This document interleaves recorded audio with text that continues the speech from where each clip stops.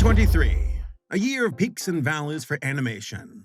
The Mario movie was a box office juggernaut, and now everyone and their mother wants to make a video game movie. And then you got Disney falling flat on their face with Wish. Oh, Disney, you have fallen so far.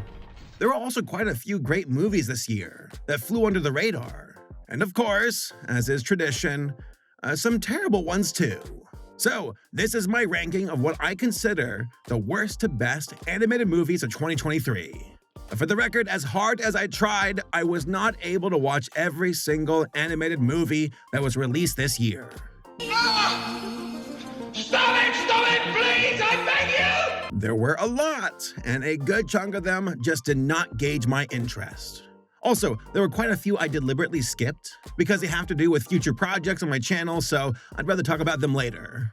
Let's go down the list of what I did miss. The Canterville Ghost, Millennial Hunter, Big Bra, Scooby-Doo, and Crypto 2. Apocalypse.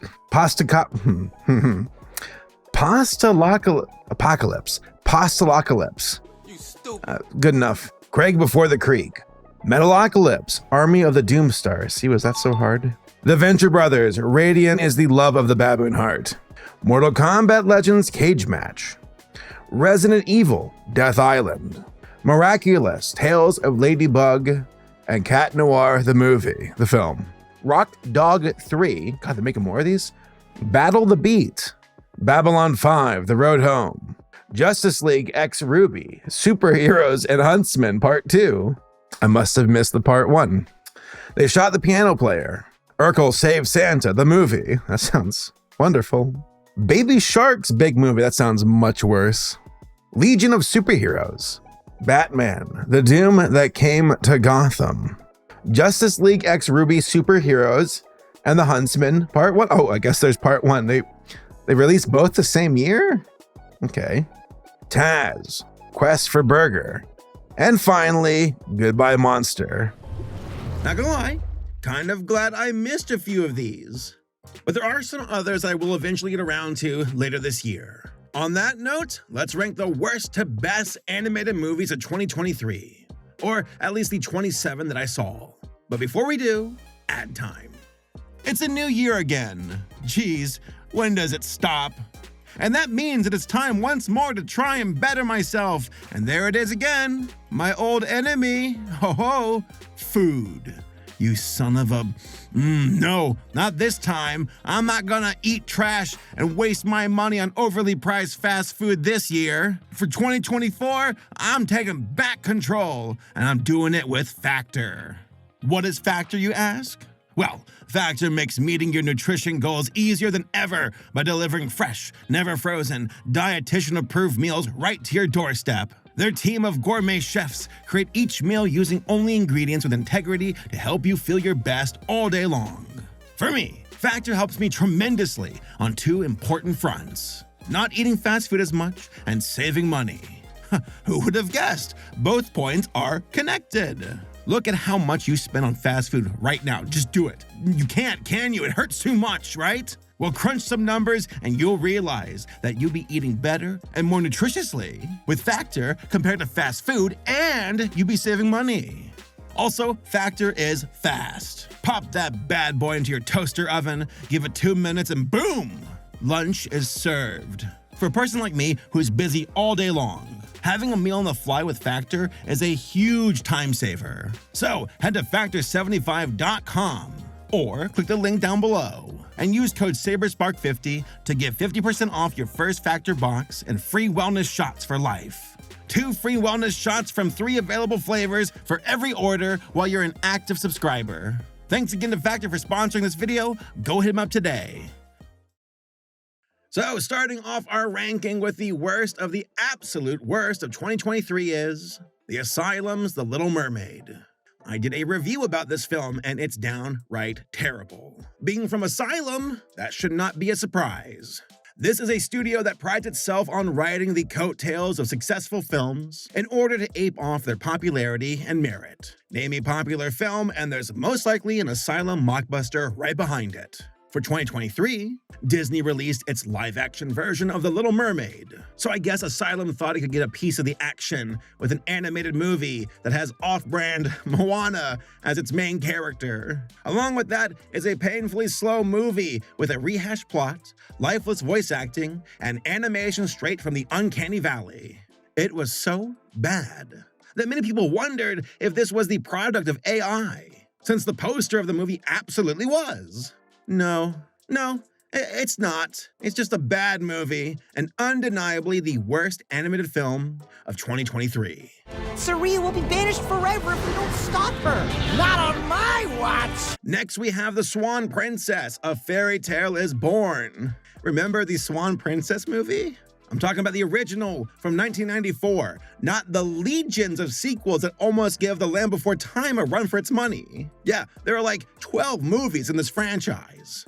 Now, the original movie is not bad at all, but it's wild to see it become a sequel-generating machine. I'm definitely gonna double back on this topic in the future. As far as A Fairytale is Born goes, it is exceptionally boring, with bare bones animation and a plot stretched so thin that it goes all the way back to, 1994. Hell, even before it, because this movie is kind of a prequel? Yeah, a prequel sequel. Let's go! Go out the door because this film is excruciatingly boring. It's baby food, plain and simple. And if little kids want to watch it, hey, go for it. It's not for me.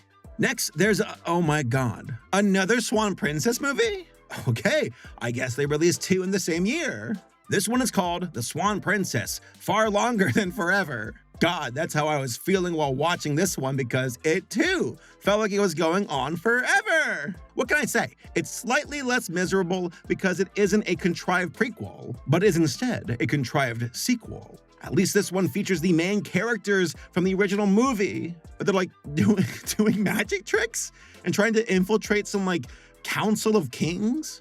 Again, baby food.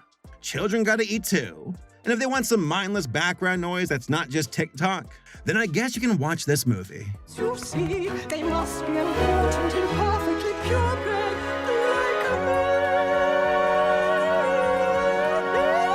Next in our ranking is Paw Patrol, the mighty movie. Now, I know next to nothing about Paw Patrol, except that it's stupid popular and is the king of Nick Jr. Makes sense because it's talking dogs, driving cool-ass trucks and boats and stuff. Of course kids love it. Unsurprisingly for me, not so much. Okay, it's kind of cool. I mean, what's there to say really? It's just your typical big screen moment for a popular kids franchise.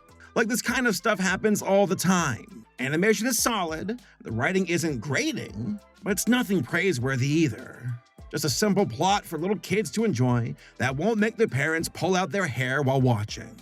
To put it into perspective, Paw Patrol is much better than the three previous films I mentioned. Those are torture, while Paw Patrol is just a simple kids movie, easy as that. Not great, not bad, just kid fodder. Though I gotta say, this main kid though, he annoys me. Why aren't you in school? Why do you own an aircraft carrier? Do you think you're better than me, punk?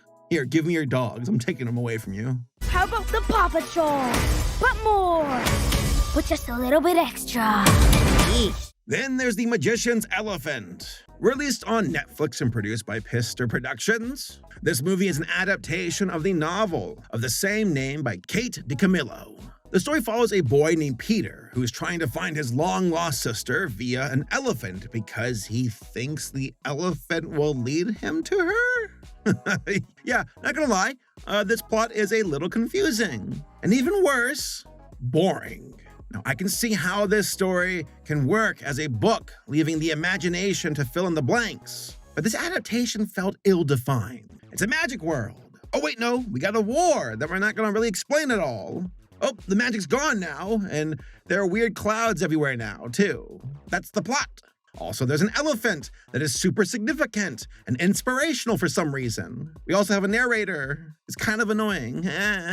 Maybe it's me, but I had a hard time getting invested into the story of this film. The world building was loose, the characters a bit plain, and the story was, like I said before, confusing. The pacing was rough as well and went from hot to cold way too often.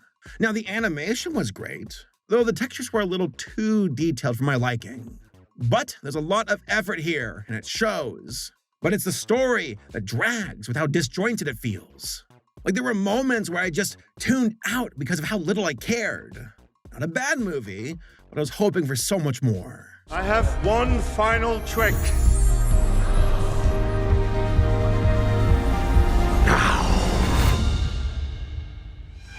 After that, we got Mummies. Hey, I did a review for this movie last year. It was a bit of an international sleeper hit.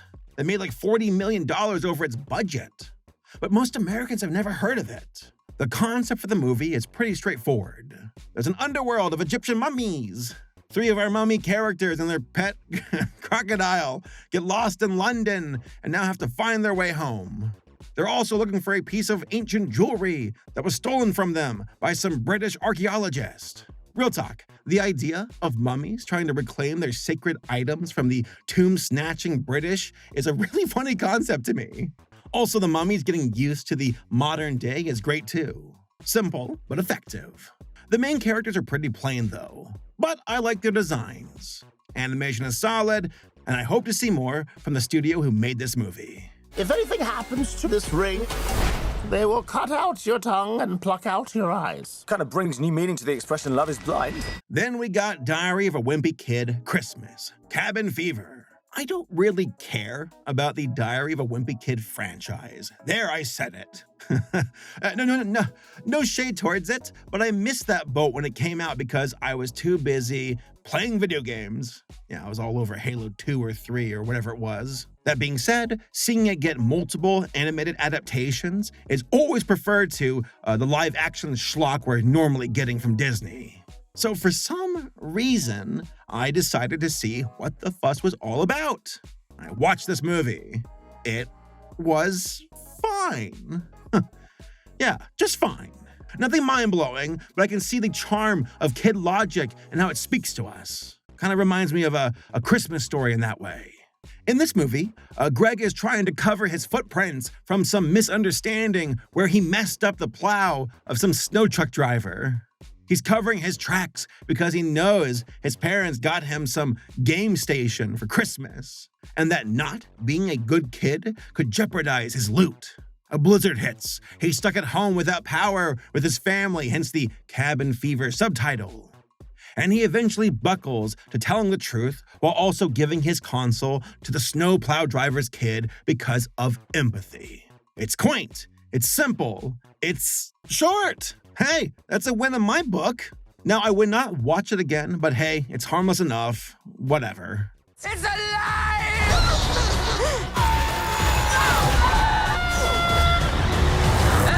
Next in our ranking is Rally Road Racers.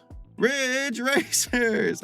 The amount of companies and studios and people involved in this film is mind-blowing. But it was an international co-produced effort, so that checks out.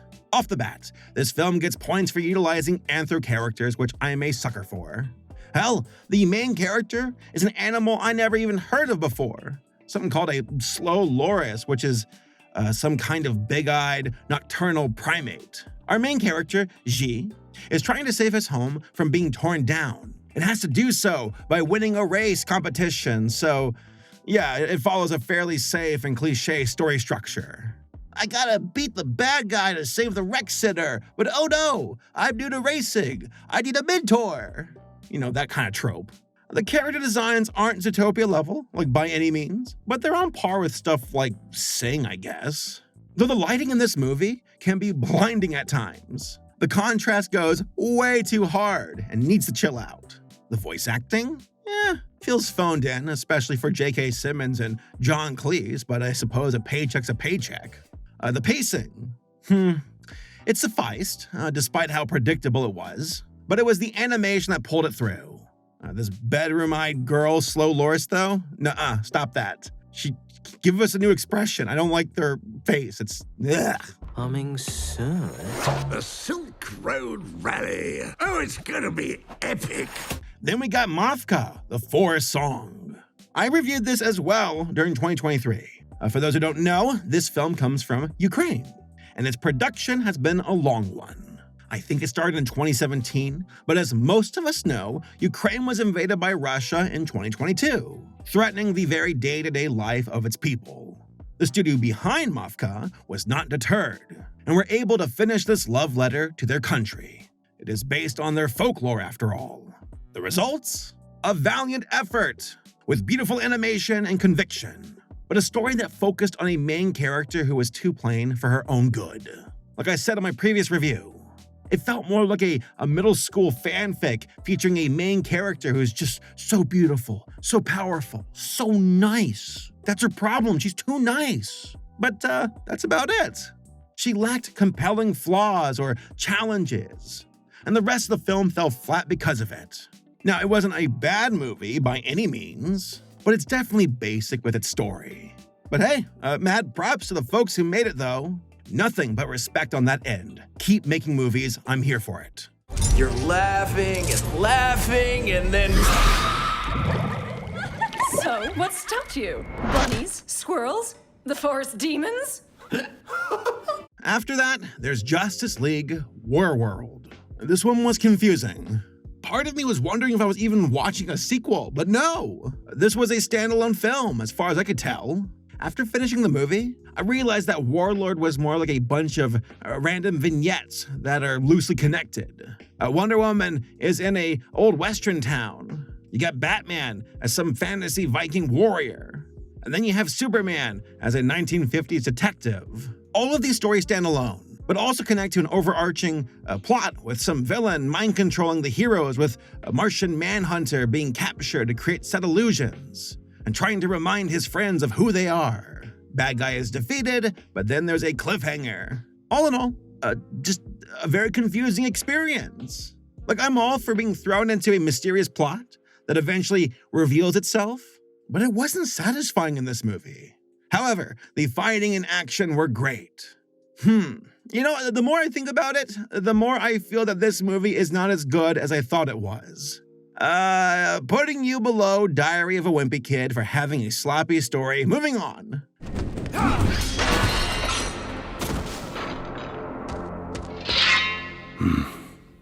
Ugly one. Next in our ranking is one of the biggest disappointments of 2023.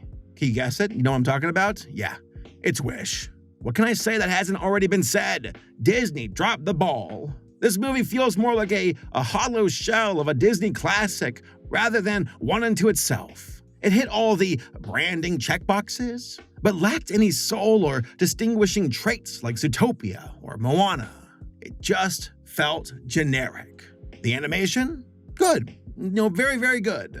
But it still had issues that made it look more incomplete rather than stylized. All in all, Disney needs to pull itself together because their current trend has been downward and shows no real signs of improving. I'm talking. I am talking. Who knew my voice would be this low?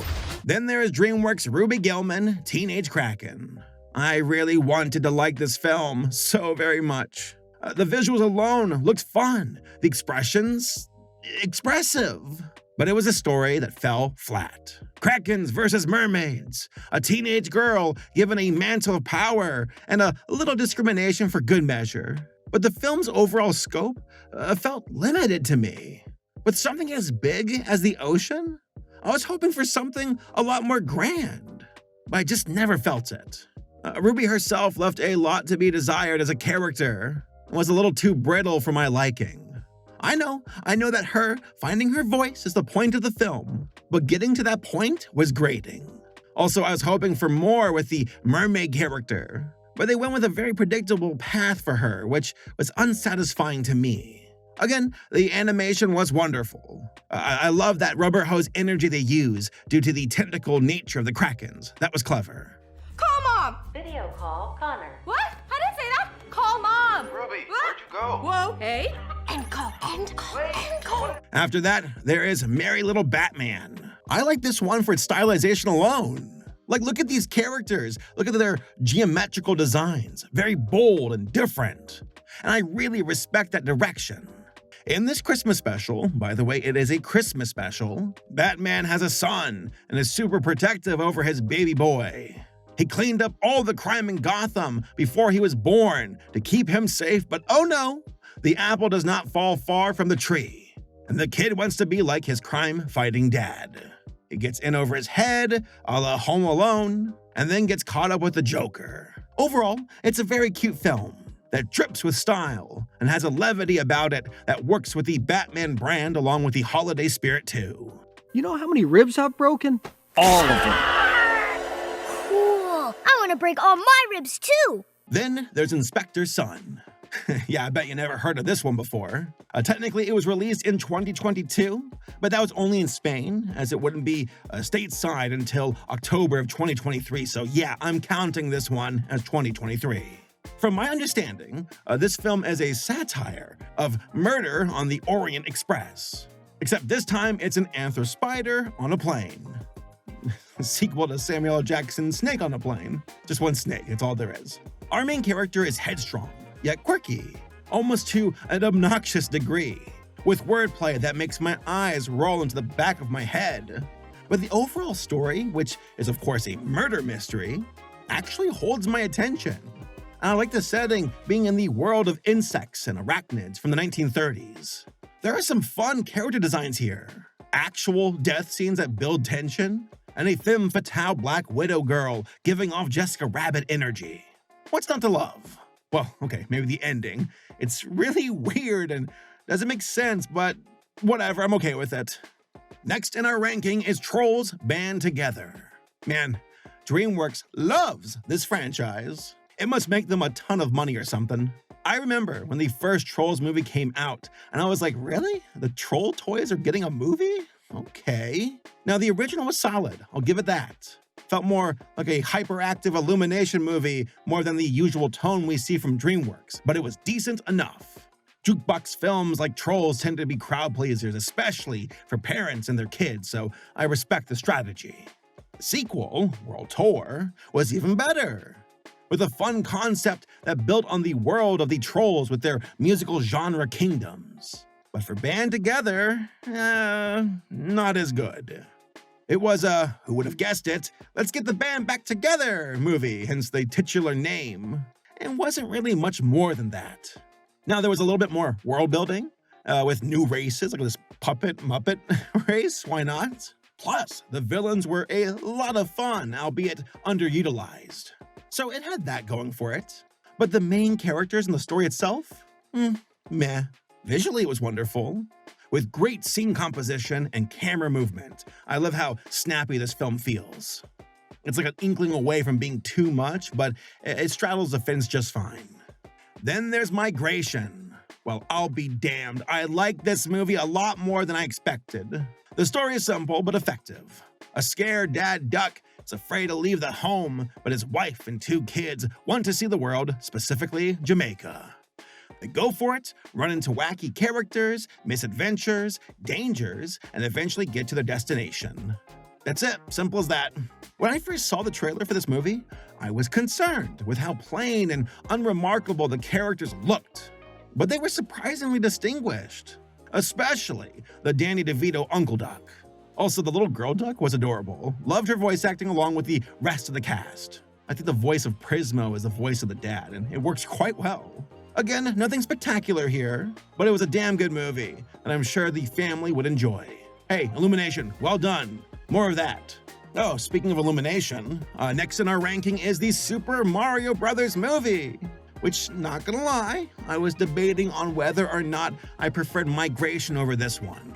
Personally, I feel that Migration is more concise and not as bloated as the Mario movie, but the fact that it is a Mario movie is enough for me to have more interest in it over a movie about ducks.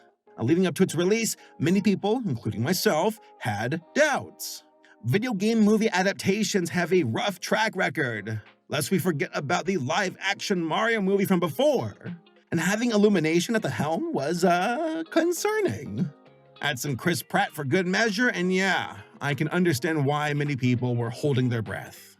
The results? A tremendous box office blowout. But months after its release, I look back on the Mario movie and go, yeah, that was a movie. Illumination played it safe, who would have guessed? They stuck to their iconic bullet points, and what we have was a very pragmatic film that stayed in its lane. It's a spectacle on its own accord for just defeating the ghost that haunted the gaming movie genre. But on its own merit, it's solid. It's good. Not great, but it's fine. But the floodgates are open now, and we're about to see a lot more video game movie adaptations in the future. Is Kingdom Hearts next? Who can say? Probably not. And on that note, we have broken into the top 10 rankings. And number 10 is The Monkey King. Oh, I was pleasantly surprised with this one. Released by Netflix, the story of The Monkey King is an adaptation of a portion of the Chinese novel Journey to the West. Thanks to DBZ, I feel that some Westerners are at least familiar with the Monkey King and how he inspired Goku.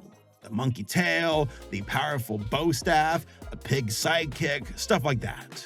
In this movie, we get to witness the birth and rise of the Monkey King as he rises to greatness and strives to become a god through battles with demons and feats of strength. Initially, I was a little underwhelmed by the movie. Like, sure, the animation is great, and I love the designs, especially of the dragon villain. Like, this guy is a delight. He gives me Hades energy. And they just go absolutely ham with his design at the end. It's something else. But the plot armor of the Monkey King was so strong that I felt like there was no real tension. Like, that staff of his is too powerful. What can't it do? And at one point in the movie, the Monkey King becomes literally immortal. Sure, there's this B-plot about betrayal with this little human girl trying to save her village. But I'll be damned. It all came together so wonderfully at the end. Now, I won't spoil it, but the conclusion of the movie was able to make a strong point about hubris. And it sets things up perfectly for a sequel that I would love to see. Then there's Netflix's Leo. I never thought I would see the day where an Adam Sandler movie would be above not only a DreamWorks and Illumination film, but also above Disney itself. Like, I am shocked at that realization, but here we are. Leo had a lot of heart. An existential lizard who never lived his life, now panicking before the end and desperate to do something before death takes him. In the process of trying to escape, he is brought home by a variety of students who get life advice from Leo, a la musical performances. Yes, the third act of this movie gets really weird, and there's some poo-poo humor that isn't my cup of tea. But Leo was very different. I gotta say, I enjoyed the concept. Well done, Adam. I forgive you for 8 crazy nights. Speaking of another movie that caught me off guard, we have Under the Boardwalk. I kind of love this movie. And I kind of hate Paramount for sweeping it under the rug when it comes to marketing, because this film was a lot of fun. What we have here, folks, is a musical about hermit crabs that takes place on the Jersey Boardwalk. Yeah, a weird concept, but it works. Imagine a bunch of buff Jersey hermit crab locals, is that the accent? I don't know, who hate tourists and want them out. That's the movie. Well, okay, it's more than that. The movie follows Armin, a Jersey hermit crab who is shy and afraid of change due to some post-traumatic stress disorder.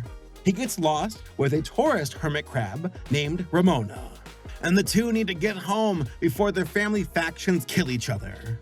A little Romeo and Juliet in that way. You know, for hermit crabs, there's a lot of creative designs in this movie. Lots of expressions too, and honestly, a love for Jersey. Who could ever do that, you know? I'm blown away. Now, the story is not complex, but it features fun and engaging characters that get the job done. I also love how the buff Jersey hermit crabs aren't jerks to the main character, but instead, friends. I love that trope of the kind jock character who has a little nerd friend that they take care of. Good stuff. Also, solid voice acting. You got Michael Cera voicing the main character with his love interest who just so happens to be named Ramona. Yeah, if I had a nickel for every animated production from 2023 that featured Michael Cera voicing a boy character with a love interest named Ramona, blah, blah, blah, blah, 2 nickels, you know the rest. Next in my ranking, we have a sequel I never expected. Chicken Run: Dawn of the Nugget. Aardman's original Chicken Run came out in 2000 and is about a bunch of anthro chickens trying to escape a chicken slaughterhouse. In Dawn of the Nugget, we're in the future and see a world where our main characters have a chick of their own, and live in a secluded and safe chicken town that is away from the humans. But the egg does not fall away from the butt, as Ginger, the mother of our protagonist Molly, is concerned about how adventurous and bold her daughter has become. By the way, we got the voice actor from Hilda providing the voice for Molly. That's some good voice casting right there. Well done. Molly eventually gets captured in a chicken farm fortress, and lo and behold, the villain from the last movie is there and is out for revenge. But instead of a breakout, it is now a break-in, as Ginger and her team have to save her daughter. On paper, it sounds very predictable, and yeah, it is. But the characters and witty writing and charming stop-motion animation carry this movie perfectly. Hell, it's even kind of dark and implies the death of a chicken. Always a fan of some fear and family movies to raise the stakes. I was floored at how engaged I was with Donna the Nugget. It did a great job of using Ginger's daughter as a foil to her own character from the first movie. This fearless freedom fighter now was afraid to lose what she had fought for and needs to face those fears. I like that. Good concept. A well-executed sequel that we never needed, but hey, I appreciate it. It was fun, well-paced, and fresh, yet familiar. Next, we have Pixar's Elemental. Perhaps I treated you too harshly, Elemental. Is that what Thanos says? I don't know. Am I making a Marvel reference in 2024? God. Okay, well, to be fair, I always liked Elemental, though it is not perfect. The world building has a lot to love, but it's also a logistical nightmare. I couldn't stop thinking about all the ways this world would not work, but I digress. The heart of this movie, though, is Ember, obviously. Her own personal goals, family obligations, guilt, immigration, all great themes and messages, and all done with excellent animation. Like, these character designs have really grown on me. Bravo, Pixar!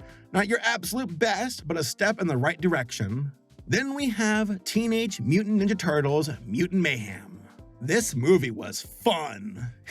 It just drips with creativity and style. And it obviously has a lot of respect for the TMNT franchise, and I'll be damned, it actually features teens as the performances of the Turtles. Yeah, talk about immersive.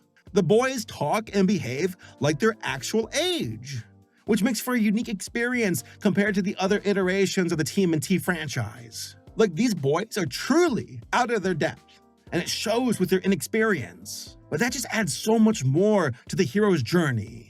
To have both rise to the TMNT and then have Mutant Mayhem to follow? Yeah, right now is a good time to be a TMNT fan. Let's feast. Next in our ranking is Nimona.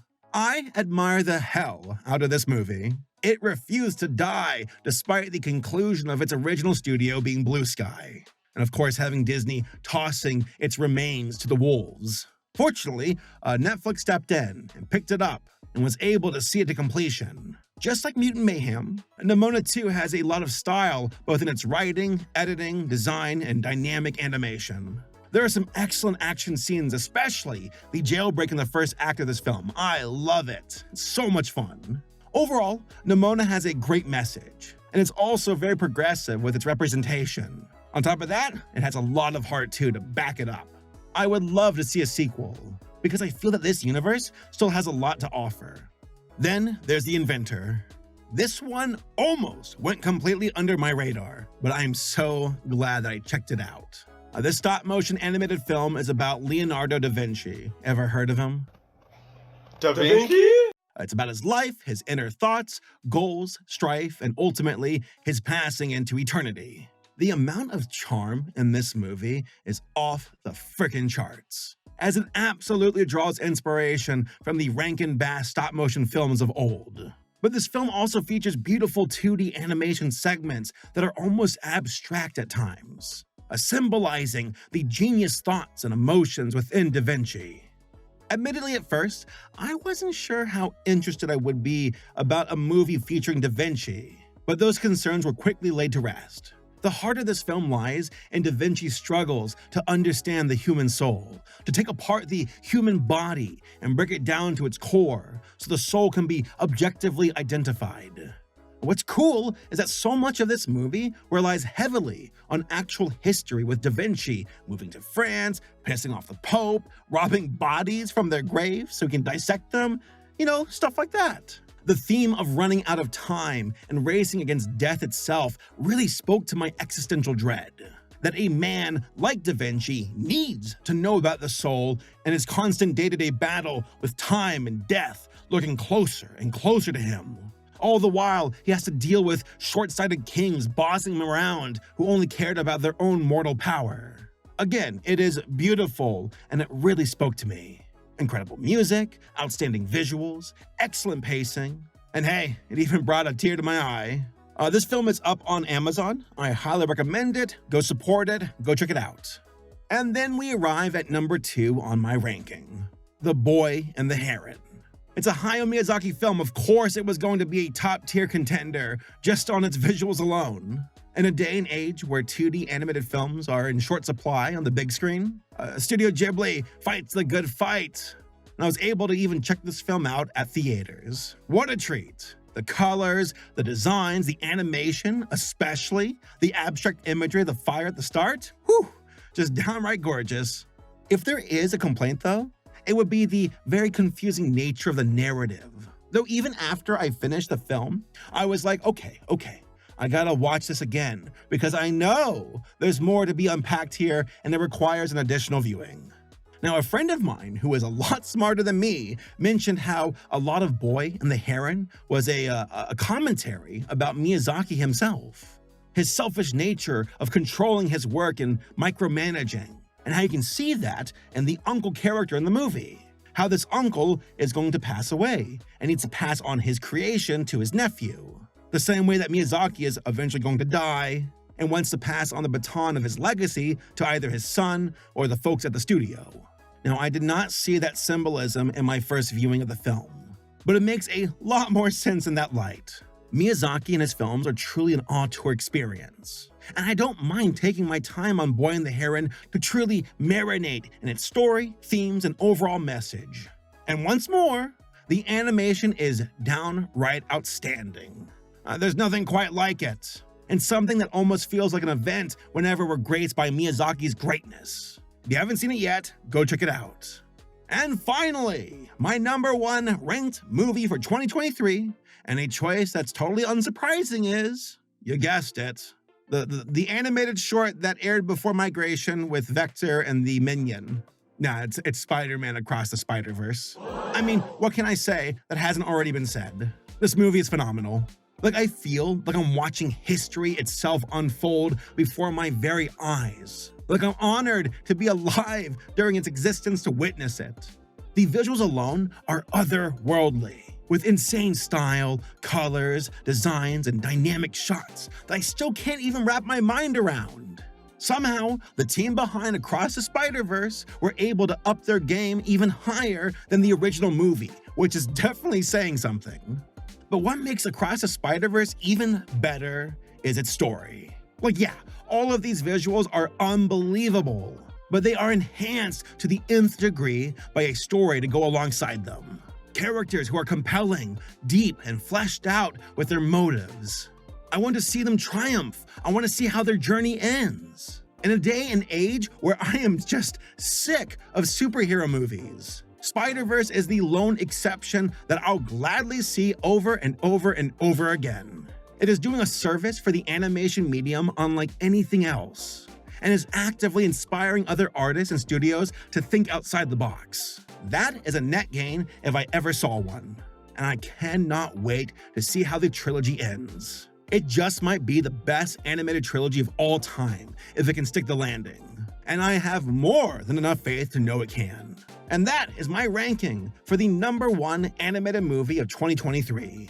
So, to recap from worst to best of 2023, it goes: The Asylum's The Little Mermaid, The Swan Princess, A Fairytale is Born, The Swan Princess, Far Longer Than Forever, Paw Patrol, The Mighty Movie, The Magician's Elephant, Mummies, Justice League, Warworld, Diary of a Wimpy Kid, Cabin Fever, Rally Road Racers, Mavka, The Forest Song, Wish, Ruby Gillman, Teenage Kraken, Merry Little Batman, Inspector Sun, Trolls Band Together, Migration, The Super Mario Bros. Movie, The Monkey King, Leo, Under the Boardwalk, Chicken Run, Dawn of the Nugget, Elemental, TMNT, Mutant Mayhem, Nimona, the Inventor, The Boy and the Heron, and finally, Spider-Man Across the Spider-Verse. But hey folks, those are just my opinions. What do you all think?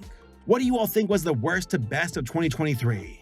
Let me know down in the comments. Like this video if you liked it, dislike if you hate my guts, and subscribe for future uploads. All right, see you all next time. Oh, real quick, I'm proud to introduce to you all a new segment to my weekly uploads, the Indie Spotlight.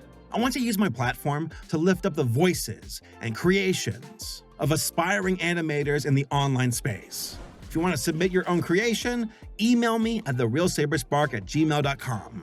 To kick things off, I like to highlight the high-caliber animated series Monkey Wrench, created by Joshua and Ashley Palmer, aka Zeurel and Nito Tito. This beautiful 2D animated series is a sci-fi action thriller, I'd say. Yeah, a sci-fi action comedy, actually. I'd say that instead. It follows two space mercenaries as they get in over their heads with crazy adventures and dangerous rivals like this punk-ass cat. Nah, I love this cat. He's great. The quality of this series is off the charts, especially for being free on YouTube. It's a web series that puts even corporate-produced animated series to shame when it comes to attention to detail and caliber. As of recording this video, they just released episode 3 of Monkey Wrench, and it's legit a triumph. These guys have a righteous cause, so I highly recommend checking them out. Links to their channel and show are in the description. Go support them and give them a watch. Thanks for watching, guys. See you all next time.